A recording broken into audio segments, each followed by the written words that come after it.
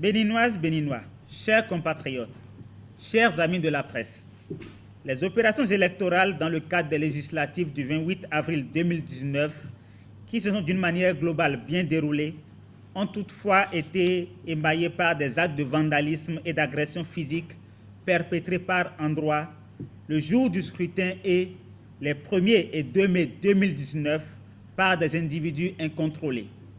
Ces actes se sont soldés par des dégâts sur les plans matériels et humains.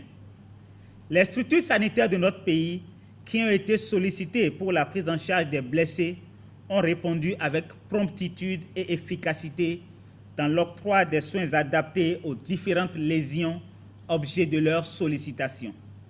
C'est le lieu de féliciter tous les agents de santé qui ont répondu présents à l'appel. Il est important de souligner que devant un certain nombre de constats, notamment l'absence de sensibilité à la douleur et l'incohérence des propos chez certains des cas reçus dans les formations sanitaires, des analyses toxicologiques ont été réalisées sous contrôle judiciaire. Ces analyses ont permis de mettre en évidence la présence formelle de la delta-9 tétrahydrocannabinol, qui est la substance active du chanvre indien. Je profite de ce message pour rappeler aux populations les dangers liés à l'usage des stupéfiants en général et du chanvre indien en particulier. L'usage courant de cette drogue est à l'origine, entre autres, de troubles de la vigilance, d'agressivité incontrôlée et peuvent même à terme déboucher sur des troubles psychiatriques.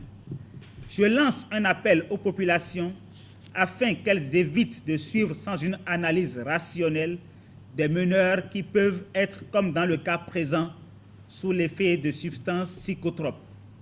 Je voudrais pour terminer vous rassurer que les services de santé sont à votre disposition et que le gouvernement s'attelle chaque jour à améliorer l'offre des services et des soins de qualité. Je vous remercie.